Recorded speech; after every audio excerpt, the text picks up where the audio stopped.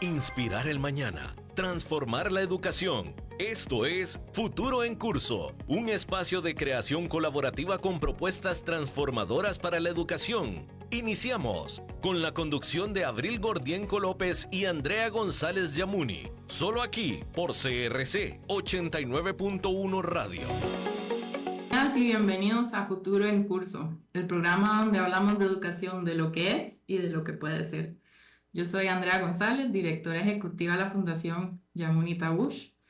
Hoy me acompaña Abril Gordienco. Abril, bienvenida. Hola, muy buenas tardes.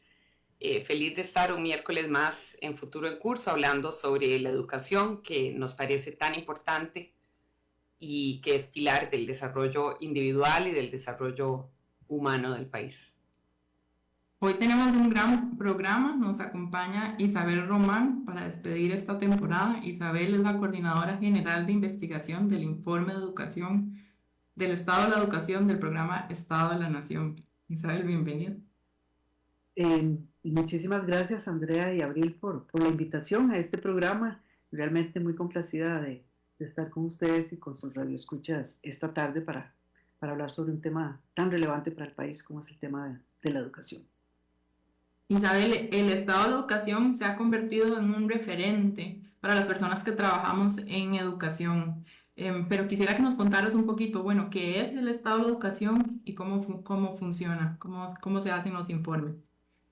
Bueno, muy buena pregunta, Andrea, porque quizá algunas personas que nos escuchan no saben qué es el Estado de la Educación.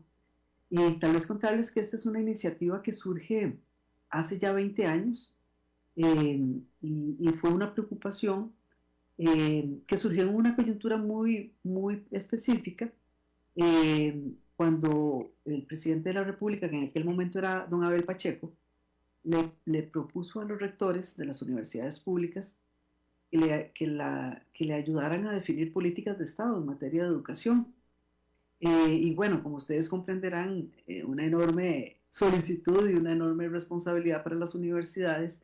Un poco la respuesta de los rectores fue señalarle al presidente que bueno, que estaban muy agradecidos con la solicitud, pero que obviamente, digamos, definir políticas de Estado es una tarea que corresponde hacerla en conjunto a los diversos sectores sociales, obviamente a los gobiernos y a las instancias como la Asamblea Legislativa y a los distintos sectores organizados de la sociedad civil, que no se podía sustituir, digamos, a estos actores en estas definiciones.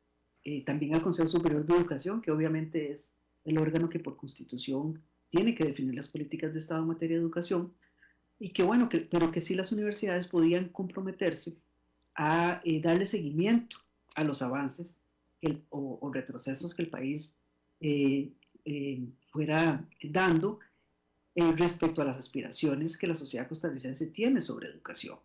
Y entonces ahí fue cuando surge el Estado de la Educación en el marco del Estado de la Nación, porque el Estado de la Nación ya venía dándole seguimiento al tema de educación en el capítulo de equidad e integración social, que era un capítulo que justamente yo coordinaba en aquel momento y en donde le veníamos dando seguimiento al tema de educación y era, digamos, como de los temas que más se habían desarrollado en el marco del capítulo de equidad e integración social. Entonces ahí surge el Estado de la Educación ya como una iniciativa, como un informe en particular, donde lo primero que hicimos fue preguntarnos, bueno, ¿cuáles son las aspiraciones que la sociedad costarricense tiene sobre la educación? Y entonces nos fuimos a revisar, bueno, qué decía la legislación, ¿verdad? Los acuerdos nacionales que el país tenía en materia de educación, qué decía la Ley Fundamental de Educación, qué decía la Constitución Política, qué decían los partidos políticos de lo que querían de la educación, qué decían los empresarios de lo que quería la educación, qué decían los sindicatos, qué decía la iglesia de lo que quería de la educación, qué decían las organizaciones de la sociedad civil, digamos, cosas que hubiesen estado plasmadas en algún documento, ¿verdad?, expreso, y luego de esta recopilación se montaron un conjunto de aspiraciones en materia de educación, donde efectivamente, bueno, pues lo principal era cómo ofrecerle a nuestros niños, niñas y adolescentes un acceso equitativo a una educación de calidad, digamos como la aspiración máxima que la sociedad costarricense tiene, siendo que la educación pues ha sido históricamente de ese gran acuerdo nacional, ¿verdad? Ese gran acuerdo nacional, ese gran bien público que ha tenido un país como el nuestro, tan pequeñito, eh, para enfrentarse a las naciones del mundo, ¿verdad? Ayer justamente estaba viendo un reportaje sobre todos los recursos minerales que tienen los países de Sudamérica, ¿verdad? Bolivia, Ecuador, Perú, Brasil, Chile, y es impresionante la cantidad de recursos extractivos que tienen, ¿verdad? El cobre, carbón, zinc, bueno, estaño, es impresionante. Nosotros lo único que tenemos es nuestra gente y nuestros recursos naturales, digamos, que hemos protegido. Eh, y es por eso que efectivamente la educación se ha convertido, digamos, como en nuestra principal herramienta eh, para salir a competir en ese mundo tan complejo que tenemos a partir de la calidad de nuestro recurso humano. Entonces, bueno, el Estado de la Educación empieza a darle seguimiento a ese conjunto de aspiraciones en distintos temas, desde la educación preescolar hasta la educación universitaria, porque nuestra Constitución dice que el país debe tener un sistema educativo integrado desde preescolar hasta la educación universitaria. Integrado, que lo hayamos logrado todavía, que no necesariamente, ¿verdad? Son parte de nuestros desafíos, pero bueno, ese conjunto de aspiraciones es a las que les vamos dando seguimiento cada 2 años, el informe sale cada 2 años, y además trabajamos con una metodología muy participativa, ¿verdad? Porque un poco el mandato de los rectores fue, o sea, no hacer como la típica investigación académica cerrada, puertas cerradas, ¿verdad? Sino más bien una investigación en conversación con los actores educativos y los actores sociales sobre el tema de educación, de tal manera que fuéramos más bien generando una discusión nacional, fuéramos generando consensos alrededor de, digamos, de los grandes desafíos que tenemos y cómo acometerlos, ¿verdad? Entonces la metodología es muy participativa, tenemos un consejo consultivo que nos acompaña con, personalidades, digamos, de la vida nacional, eh, personas, digamos, de los sectores productivos, sectores sindicales, sectores de sociedad civil, academia, obviamente, pues todos los representantes, digamos, del sector educativo en el Estado, y vamos investigando y vamos compartiendo con los actores sociales los resultados que vamos teniendo, porque también un pilar fundamental, Abril y Andrea, ha sido, digamos, como que la discusión no sea una discusión ideológica o teórica sobre la educación, ¿verdad? Porque todos tenemos nuestras ideologías, respetables todas tenemos, hay un montón de teorías sobre educación, pero la idea es más bien como que la discusión sea sobre evidencia, ¿verdad? Datos duros sobre cómo estamos, y muy centrado en decir, bueno, así estamos, esto es lo que dice la información que se ha construido, que se construye de la manera más rigurosa desde el punto de vista científico, y cómo le entramos a esos nudos, ¿verdad? Cómo vamos impulsando. Es un poco como los principales como pilares del estado de la educación. Claro, lo que ofrecen es información de calidad en un sistema complejo, que eso es bastante. Las investigaciones que nos contaban, que nos hablaba, son participativas, es decir, hay consultas a este comité. ¿Y cuántas investigaciones nutren un informe, más o menos?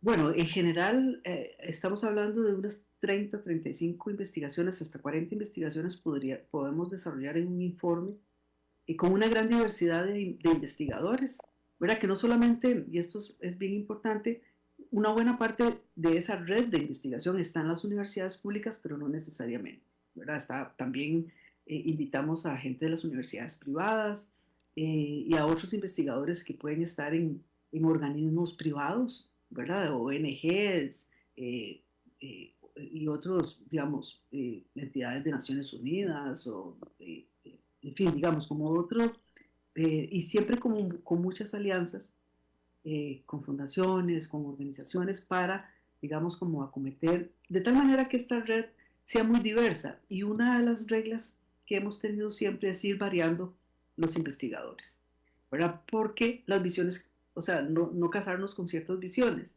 ¿verdad? Uno puede Obviamente hay gente que son especialistas, digamos, que han trabajado por muchos años temas de que son complejos, como por ejemplo, puedo decir inversión en educación, ¿verdad? Hay investigadores como que han trabajado mucho esos temas, eh, pero siempre es muy importante la diversidad, para ir cambiando de tal manera que vayamos cambiando los focos, las perspectivas, de tal manera que la discusión siempre sea como muy rica, muy democrática, ¿verdad? Que haya siempre frescura en el análisis, porque nos podemos fácilmente encasillar en ciertas posiciones, ¿verdad? Y no es la idea, ¿verdad? La educación cambia como cambia la sociedad, ¿verdad? Es muy dinámica. Entonces, bueno, también las lecturas que vamos haciendo de esa educación tiene que ir cambiando. Isabel, y sobre esa línea, eh, gracias. Esta conversación me parece interesantísima y hay muchas aristas que podemos abordar. Mm, los temas llevan 10 informes. 10 informes. 10 informes. Eh, digamos, me pregunto si hay ciertos temas que son permanentes, que desde el informe 1 hasta el 10 los han venido siempre cubriendo, investigando y explorando, y si cada 2 años o cuáles son los criterios para, bueno, cuáles son esos temas permanentes, que supongo que los hay, estoy asumiendo que los hay, y, y cuáles son los criterios para escoger nuevos temas y abordarlos, con qué frecuencia ha ocurrido eso. Eh, sí, por ahí Claro. anda la... Sí, no, buenísima la pregunta, Abril, porque vamos a ver, obviamente nosotros tenemos, bueno, cuando decidimos, digamos, construir un sistema de seguimiento, porque lo que se hizo fue agarrar ese conjunto de aspiraciones que la sociedad costarricense tiene y convertir eso en indicadores, ¿verdad? O sea, tratar de decir, bueno, ¿cómo damos cuenta de estas aspiraciones? Y hicimos como, tratamos de construir una serie de indicadores a los cuales regularmente pudiéramos dar seguimiento. Eh, por decirte, un indicador en términos de acceso al sistema educativo. Bueno, obviamente que la matrícula, temas de exclusión educativa, eh, eh, son temas, digamos, donde siempre están ahí, porque es un indicador claro y un eje de análisis muy importante. El tema de digamos, la inversión en educación es otro tema, por supuesto que permanente, ¿verdad? Porque no se puede hacer chocolate sin cacao, ¿verdad? Y hay que estarle dando monitoreo al acceso a los recursos. También, Infraestructura, supongo. sí, claro, el tema de los ambientes de aprendizaje, ¿verdad? Todo lo que tiene que ver con ambientes de aprendizaje, que no solamente es la infraestructura, grosso modo, Uh-huh. del estado de los edificios, sino que tiene que ver con disponibilidad de libros, digamos, todo lo que está en los ambientes de aprendizaje, tecnologías, ¿verdad? Todo lo que se requiere, lo que requieren los docentes en las aulas para emprender el proceso educativo. Después está todo lo que tiene que ver con los estudiantes mismos, ¿verdad? Y el personal docente, que son temas son los principales actores del sistema educativo. Entonces, bueno, el perfil, la movilidad laboral, las condiciones laborales, en el caso de los estudiantes, obviamente, qué saben y qué no saben, ¿verdad? Todo el tema de los aprendizajes y la calidad de esos aprendizajes. Esta área, el tema de la calidad, de todos, digamos, los temas es siempre como la más complicada, ¿verdad? La más complicada en términos del seguimiento. ¿Por qué? Bueno, porque el tema de la calidad de la educación implica muchas cosas. No solamente es qué saben y qué no saben los estudiantes en términos de conocimientos, habilidades, destrezas, valores que tengan, sino también en cuánto lo saben, ¿verdad?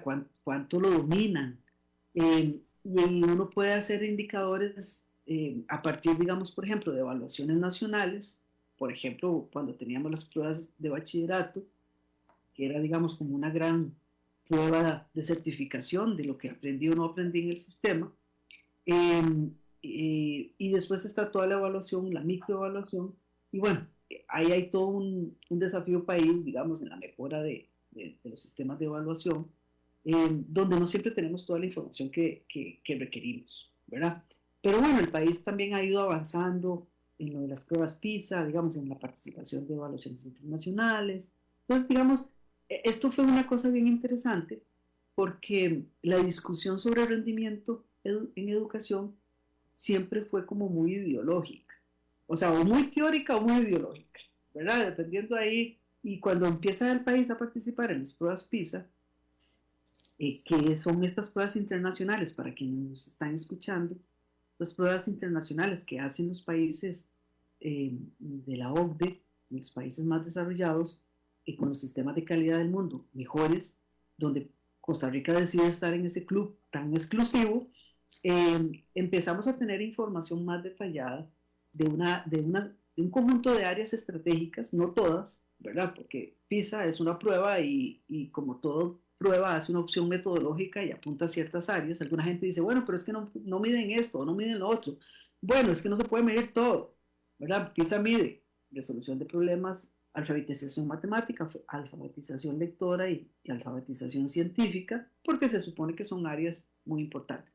Entonces, cuando tuvimos información, acceso a esa información, y empezamos a incorporar en el informe esos análisis, la discusión sobre el rendimiento académico cambió, ¿verdad? Porque antes había sido como muy, bueno, lo que nos decían los exámenes de bachillerato, y grosso modo, pero aquí empezamos a tener información de los muchachos a los 15 años, ¿verdad? No cuando se estaban ya saliendo del sistema, sino a los 15 años. Y bueno, todo eso fue dando información. Entonces, ¿cómo, la otra pregunta que decías, Abril, cómo definimos los temas?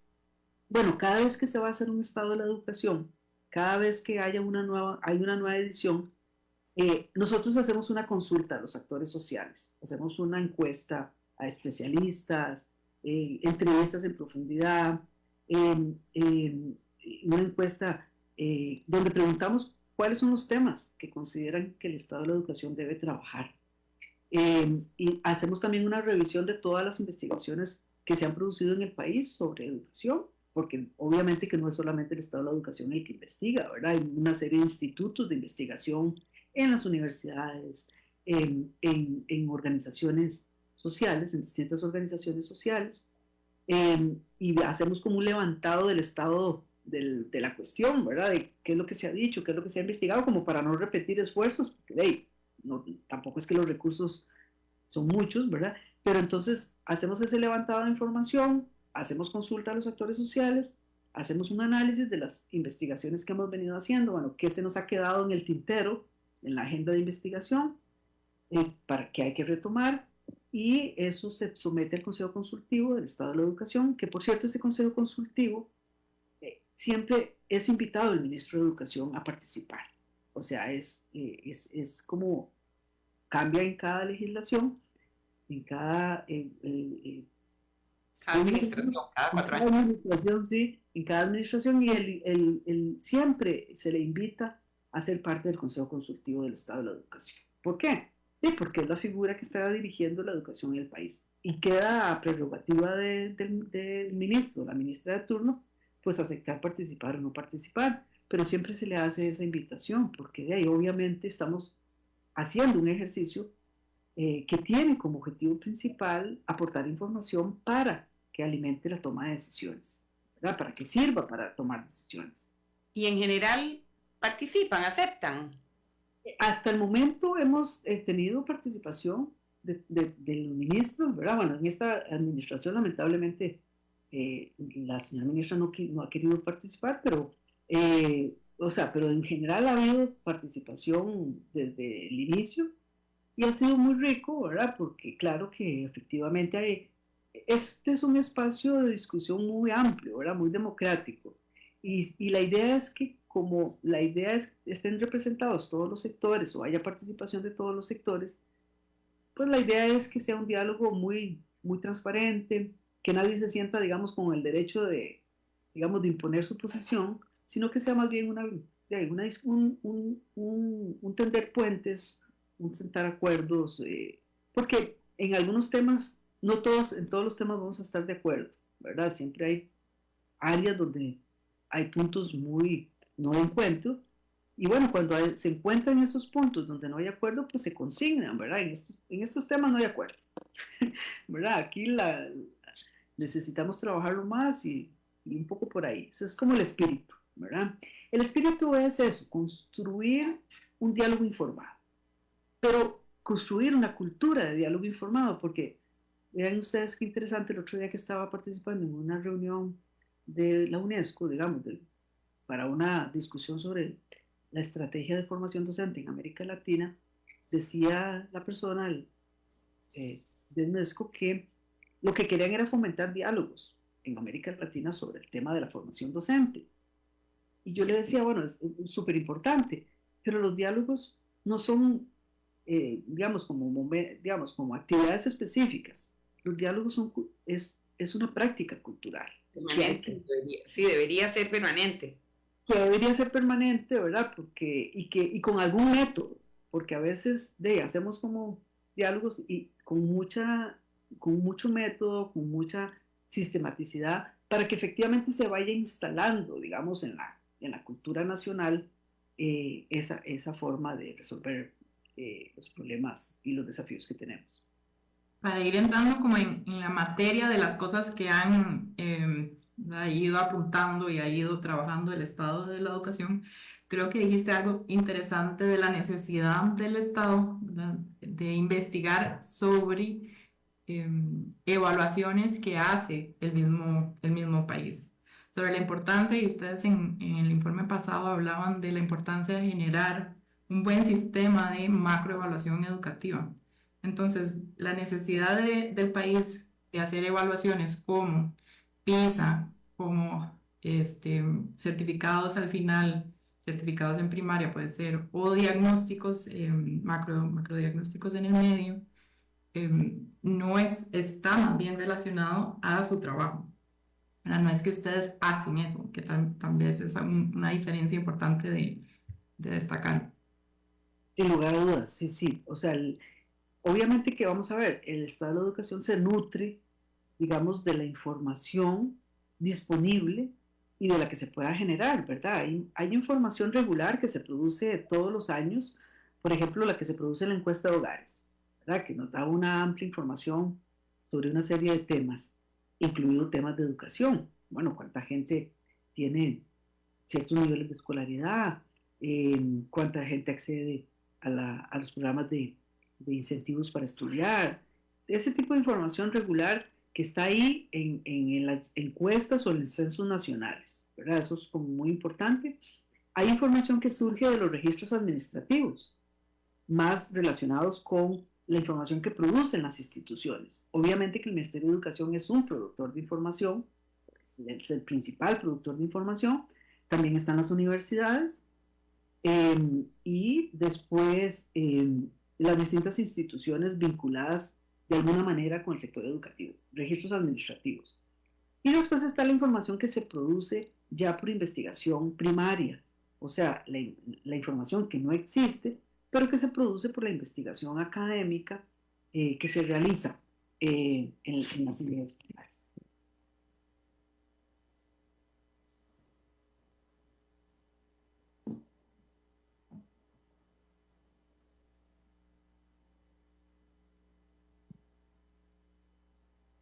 Esta investigación primaria, ¿verdad? Esa investigación que entonces sí que hay que salir al campo a producirla, ¿verdad? Ya sea mediante métodos cuantitativos o métodos cualitativos, o sea, ya sea mediante encuestas, observación en los centros educativos, digamos, métodos cualitativos que es, digamos, más ir a conversar con los actores educativos, grupos focales, distintas, digamos, técnicas que se pueden aplicar en entrevistas en profundidad. En fin, digamos, hay una larga lista de métodos que se pueden aplicar para generar esa información. Que generalmente esa información que es más cara, ¿verdad? Es más cara porque implica montar equipos de investigación, ir al campo, pero que es generalmente una información muy rica. Digamos que los países desarrollados hacen más investigación primaria, ¿verdad? Porque tienen más recursos, ¿verdad? que los países como los nuestros, ¿verdad?, con mayores limitaciones, pero que ahí hemos tratado de ir corriendo la frontera de la información. Una característica importante que se me olvidaba mencionar del estado de la educación es que una condición que hemos puesto nosotros al proceso del estado de la educación es que digamos, como que la red de investigación sea muy interdisciplinaria. ¿Qué quiere decir con esto? Bueno, que no solamente sean educadores, digamos, los que investiguen sobre educación, sino que sean historiadores, economistas, sociólogos, antropólogos, ingenieros. Y esto nos ha dado una enorme riqueza, porque se va corriendo esa frontera de la información con distintas visiones. Por ejemplo, en todo el tema de infraestructura, cuando hicimos una investigación sobre observación en el aula, donde fuimos a observar clases de matemáticas en las aulas, hace ya algunos años que tuvimos los permisos del ministerio para hacer ese tipo de ejercicios, fue muy importante porque entramos a las aulas no solamente con las personas especialistas que iban a observar cómo se enseñaba, sino también con los ingenieros que también llegaron a ver la luz, el aire, ¿verdad? Si, la ventilación. La ventilación, que son fundamentales, son aspectos fundamentales para que haya un ambiente de aprendizaje donde nos den ganas de estudiar, ¿verdad? Y los hallazgos fueron sorprendentes, ¿verdad? En términos de no llegábamos a ciertos mínimos en ciertos colegios de luminosidad, el tema del ruido. Por ejemplo, encontrábamos que había más ruido en las aulas que en los pasillos.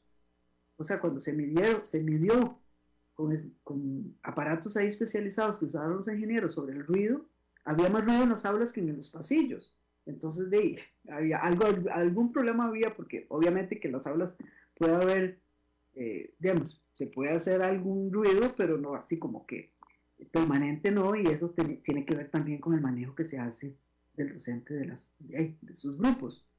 En fin, digamos como que esta investigación va generando datos, va generando información, o por ejemplo, hicimos una investigación más primaria de estas donde fuimos a preguntarle a los docentes y a los estudiantes qué era para ellos calidad de la educación. Y eso fue muy interesante porque uno va como con una visión teórica, ¿verdad?, de lo que dice la teoría de lo que es la calidad de la educación, y uno de los primeros hallazgos que encontramos, porque calidad es una noción que remite a atributos, ¿verdad? Les preguntamos a los docentes, bueno, mencione 10 atributos, bueno, ¿cuáles son los atributos más importantes para usted que define la calidad de la educación? Y vean ustedes, resultó que el estado de los baños ocupó el primer lugar, el estado de los baños. Y entonces, claro, eso fue un hallazgo sorprendente, porque nosotros estábamos pensando que nos iban a decir, no sé, sobre el tema de la calidad de los currículums, cosas de ese tipo, y resultó que era, en primer lugar, el estado de los baños, en segundo lugar, la formación de los docentes, y en tercer lugar, digamos, los ambientes ya en las aulas. Entonces, digamos, ahí, en aquel momento, el ministro de turno, fuimos y le presentamos ese resultado y se sorprendió mucho, ¿verdad? Bueno, en aquel momento hizo que, luego contaba ese ministro que, bueno, decidió quedarse una legislación más, un otro gobierno más, porque efectivamente se había dado cuenta que no le había puesto tanta atención a la situación de los baños. Y bueno, pero qué importante esto, porque es un cable a tierra que nos recuerda que si los niños y los adolescentes no están cubiertos en sus necesidades básicas, ¿verdad?, que parecen ser las más sencillas, pero si nosotros no tenemos un piso mínimo cubierto, ¿cómo vamos a subir en calidad en otros temas? Claro. Y tiene, por ejemplo, el tema de los baños me parece que puede tener mucha incidencia en exclusión. De hecho, creo que se ha medido que, sobre todo para las chiquillas, para las muchachas, el estado de los baños se convierte en un factor determinante de si van o no a clases. Así de es. Si van, asisten o no. En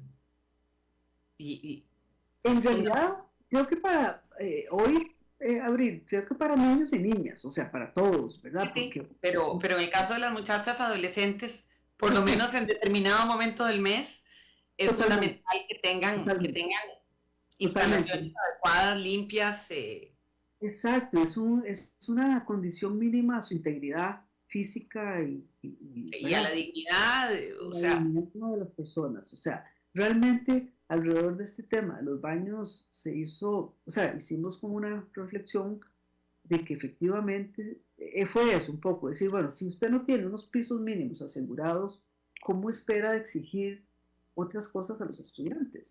¿Verdad? Si usted no le está asegurando ni siquiera condiciones mínimas que atiendan su dignidad humana, ¿verdad? Y eso es muy importante. Y vean qué importante, especialmente en un sistema educativo como el nuestro, que es el sistema educativo público, a donde va la mayoría de nuestros niños, niñas y adolescentes que vienen de hogares vulnerables, de climas educativos bajos, o sea, donde los papás tienen escolaridad primaria completa o menos, no todos, también hay otros que vienen de otros sectores, pero en general, entonces un niño o una niña que entra a un centro educativo, o sea, que viene de un tugurio y entra a otro tugurio, de ahí obviamente que no siente un cambio, pero si usted viene de un tugurio y entra a una escuela linda, donde tenés un ambiente estimulante, que protector, es lo que exacto, debería ser.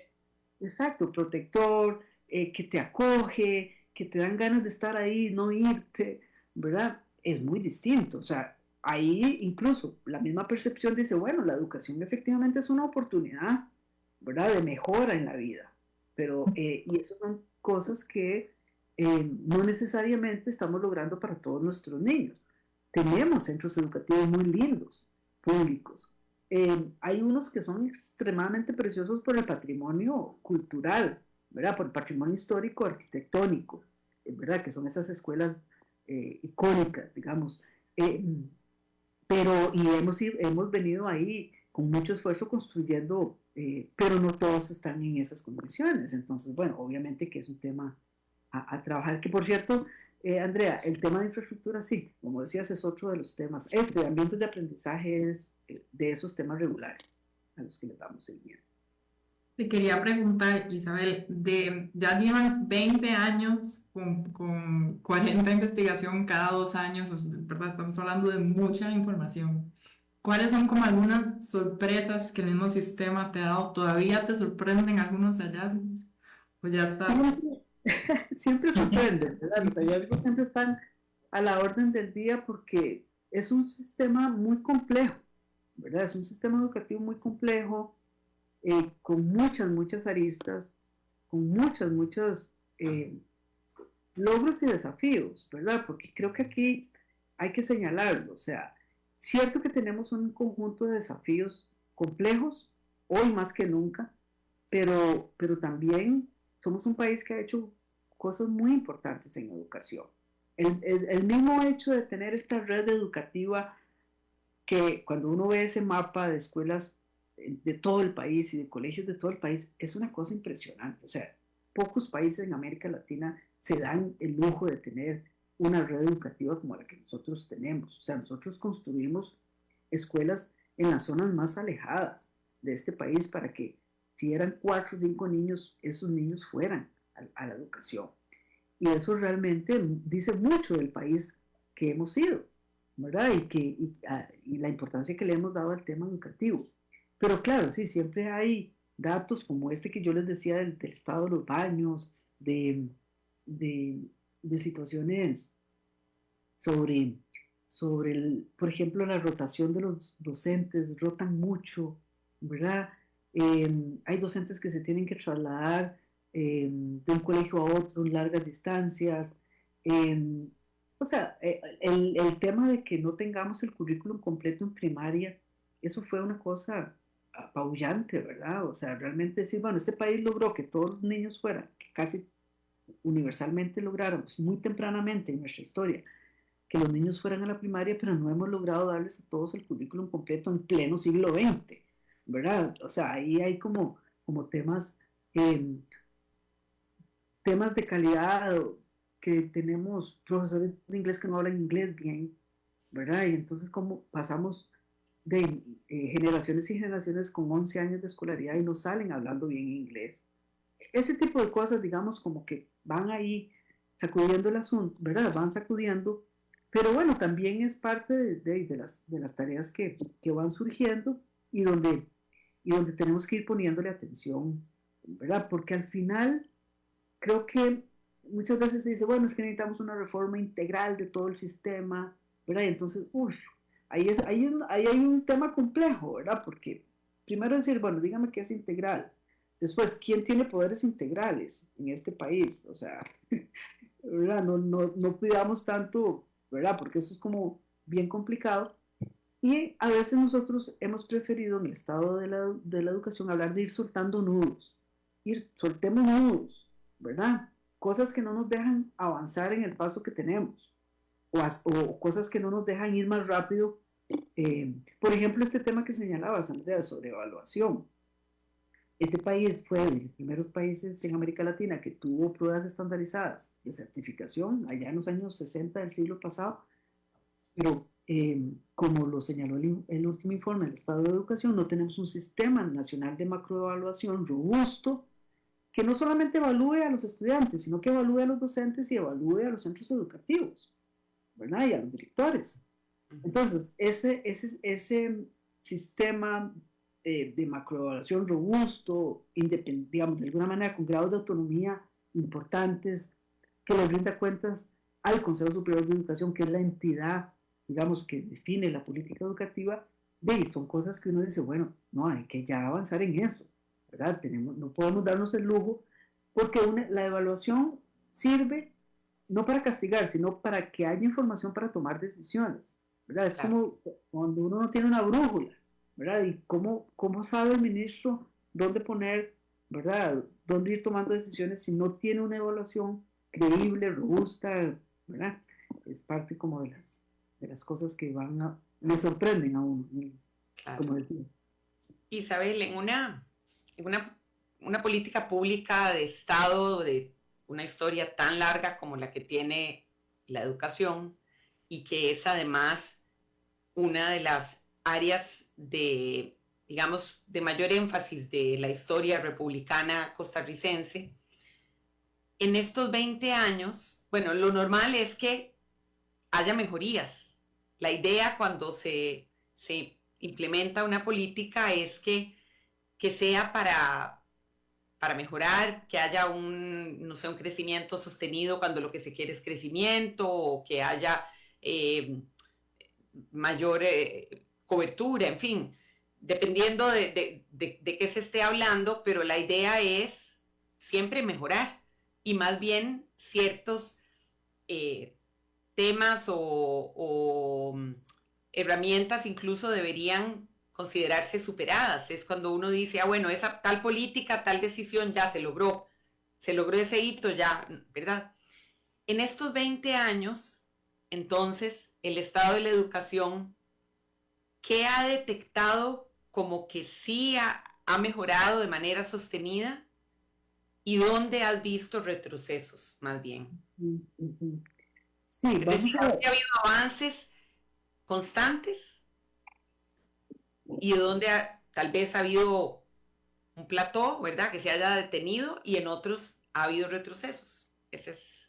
Sí, bueno, esa es una gran pregunta, Abril. Realmente, vamos a ver, aquí hay que como que, digamos, una pregunta de este tipo siempre tiene que ser ubicada, digamos, en contexto histórico, ¿verdad? Volver a repasar en el sentido de que allá en los años 80 del siglo pasado tuvimos, digamos, una gran retroceso en materia de educación cuando cuando se nos cayó la inversión en educación por debajo del 3%, allá en la crisis de los años 80, eh, ahí tuvimos una generación perdida, ¿verdad? Nos tomó 20 años volver a tener los niveles de inversión y de cobertura en secundaria que teníamos en los años 80. En el 1980 la cobertura en secundaria era del 60%. Y para volver a ese 60% nos tomó casi 25 años volverlo a hacer. Porque en educación los resultados son de mediano y largo plazo, ¿verdad? No son inmediatos. Entonces, cuando el Estado de la Educación surge, que surge en el año 2006, 2005, 2006, en realidad en ese momento el país estaba como tratando de volver a encauzar el tema de la educación como un tema prioritario en la vida nacional. Entonces, bueno, ahí fue cuando se empezaron a tomar decisiones como asignar primero el 6% del Producto Interno Bruto de Educación, luego aumentarlo al 8%, que alguien dice, bueno, eh, ¿por qué esta aspiración tan grande? 8% del Producto Interno Bruto de Educación, wow, o sea, bueno, porque es que ese es el tamaño de la importancia que el país le da al tema educativo, ¿verdad? Y sobre todo porque además ya habíamos pasado por donde asustan y nos habíamos dado cuenta que no invertir en educación tiene altos costos sociales, ¿verdad? Porque esa generación perdida abrió unas enormes brechas en el país, ¿verdad? Que hoy estamos experimentando con incrementos grandes de la desigualdad, que como dice la CEPAL, las brechas en educación, la brecha en educación es la madre de todas las brechas. Es la madre de todas las brechas, porque es la madre de las brechas en ingreso, en oportunidades laborales, en el tema de seguridad, ¿verdad? Sí, competitividad. Competitividad, desarrollo humano, ¿verdad? Cuando en la historia nacional el país dijo, bueno, no vamos a tener ejército, vamos a invertir en educación, hizo una gran diferencia con países como El Salvador, Nicaragua, digamos, de los vecinos. Y nos colocó en un lugar totalmente distinto.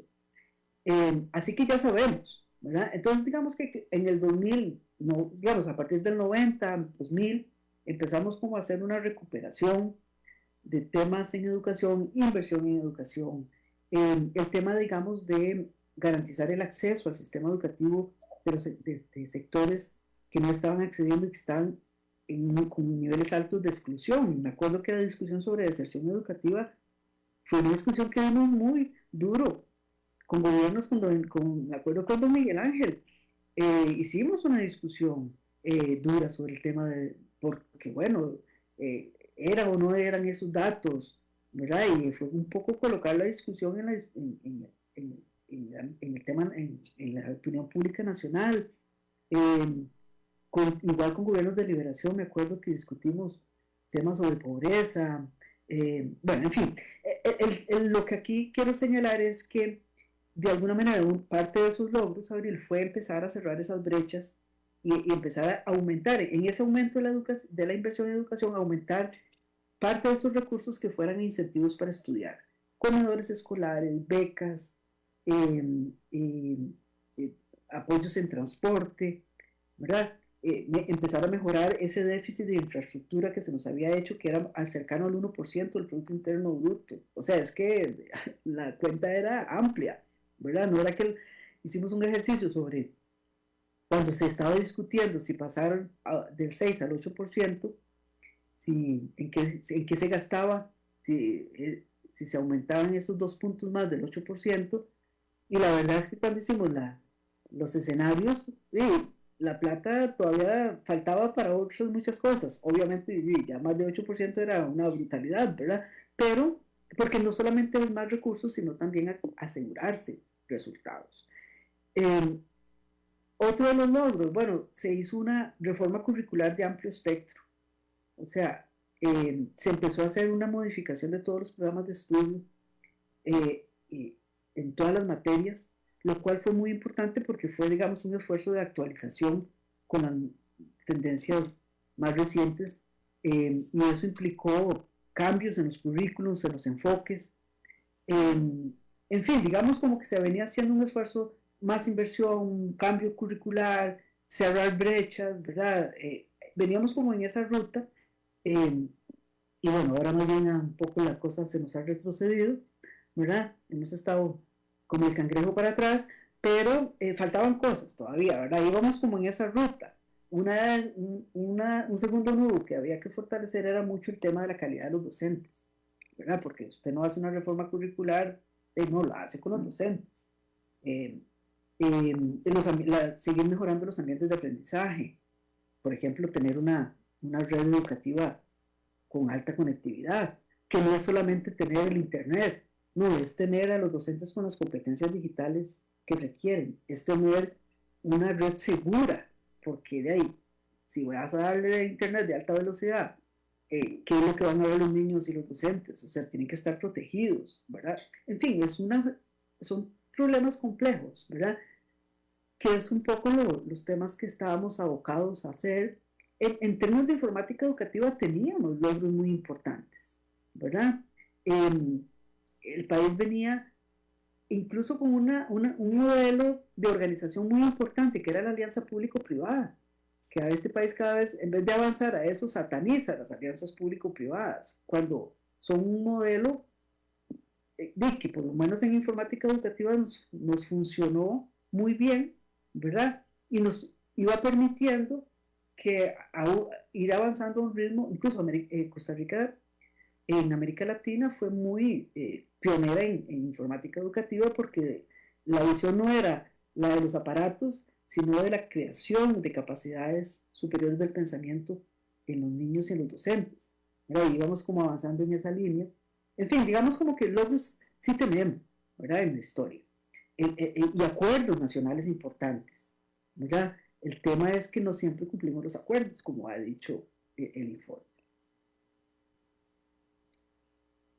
Gracias, Isabel. Qué interesante. Otra cosa tal vez como que el mismo informe ha mencionado es todos los cambios curriculares que se han dado, que han sido un avance, que la trampa ahí es que muchas veces no cambia cómo se da en el aula, ¿verdad? Pero el avance en la política educativa sí, en efecto, se ha manifestado. Sí, pero también ha faltado cosas, porque vean ustedes qué interesante. Nosotros cambiamos todos los programas de estudio para un enfoque de capacidad, digamos, de habilidades y de competencias, ¿verdad? Perdón, Isabel, cuando decís nosotros, te referís a nosotros Costa Rica, es decir, el ministerio del país cambió los programas. Exacto, el país cambió esto, hizo esa, digamos, lo que nosotros llamamos una reforma curricular de amplio espectro. Todas las materias fueron revisadas bajo ese enfoque de habilidades y competencias. O sea, eso ocurrió en los últimos 20 años, pero no cambiamos la evaluación. O sea, ese cambio hacia, digamos, programas de estudio que te enseñaran habilidades, competencias, más el saber hacer, ¿verdad? Pero la evaluación siguió siendo memorística, ¿verdad? O sea, y entonces, claro, a los docentes se les hizo un nudo ahí, ¿verdad? Porque usted me pide que yo enseñe por habilidades y competencias, pero usted me está pidiendo al final del año que los estudiantes pasen unas pruebas donde lo que le piden es y ahí te referís no a la microevaluación que se hace en el aula, porque esa la puede hacer el docente acorde con lo que está enseñando, sino más bien a la evaluación estandarizada. Exactamente, a la macroevaluación. A la macro.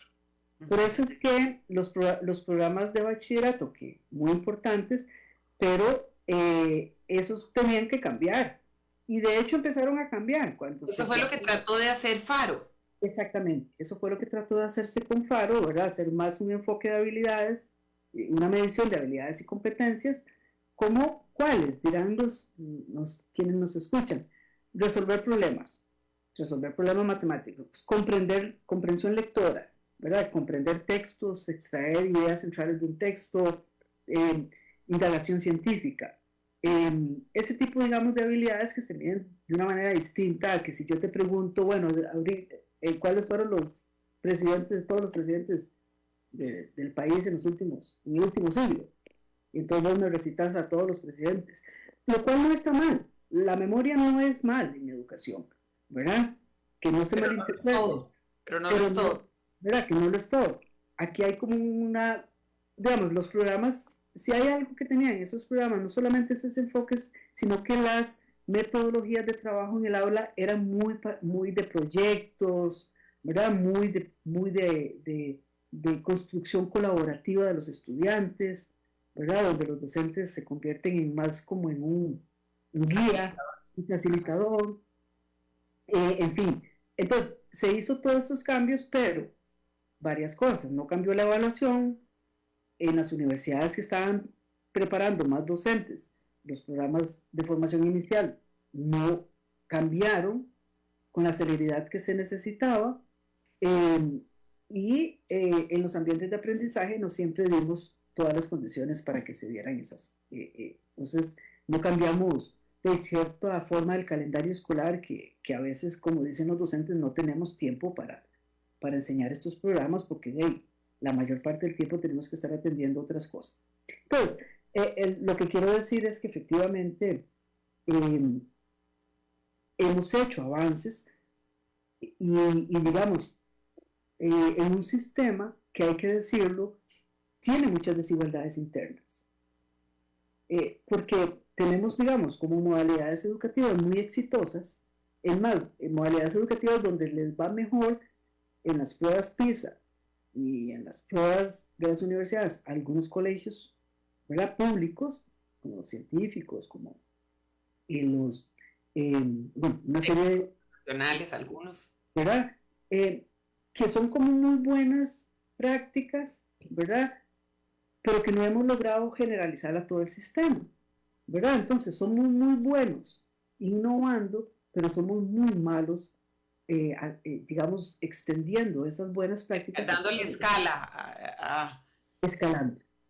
Sí. Somos pésimos escalando, ¿verdad? Entonces, claro, ahí es donde entonces tenés un sistema con muchas desigualdades internas. Entonces, hay modalidades donde vos tenés a poblaciones muy vulnerables, por ejemplo, los colegios nocturnos, para poner un ejemplo,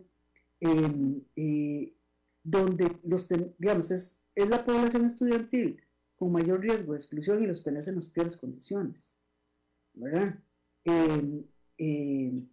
Liceos rurales, escuelas unidocentes, en fin, digamos, hay como muchos centros educativos, digamos, modalidades que hay que fortalecer y hay que, digamos, generarles mejores condiciones, porque sí, tenemos un sistema en secundaria con muchas modalidades, que eso es un tema que se las trae, ¿verdad? Perfecto. Podríamos hacer algún día un programa sobre las modalidades.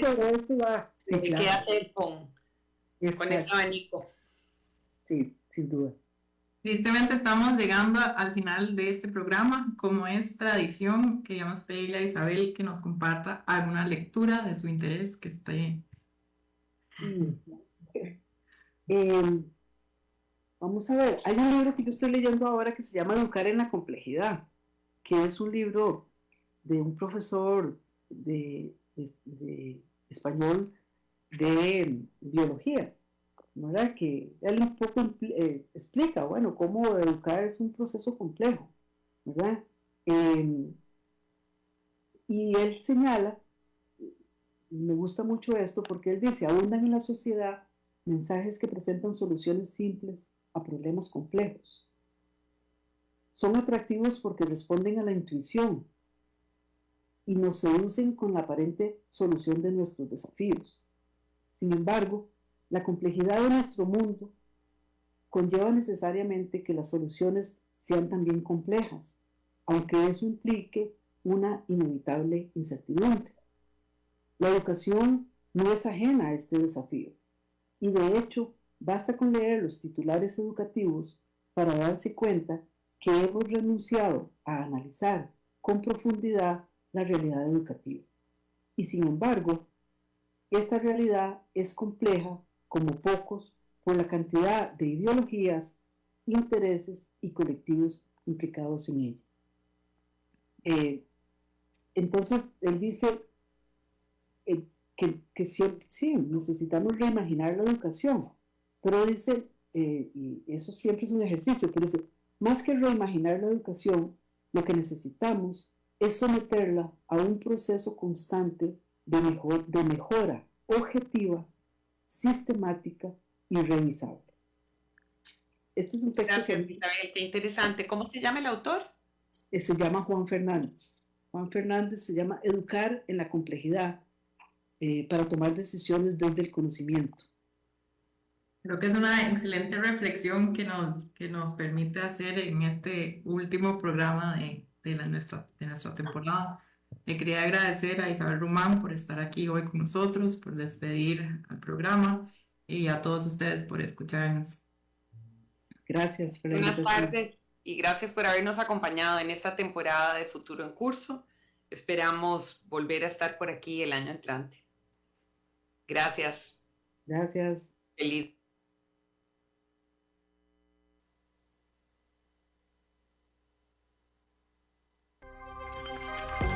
Gracias por acompañarnos. Te esperamos el próximo miércoles con nuevas propuestas para transformar la educación con Abril Gordienco López y Andrea González.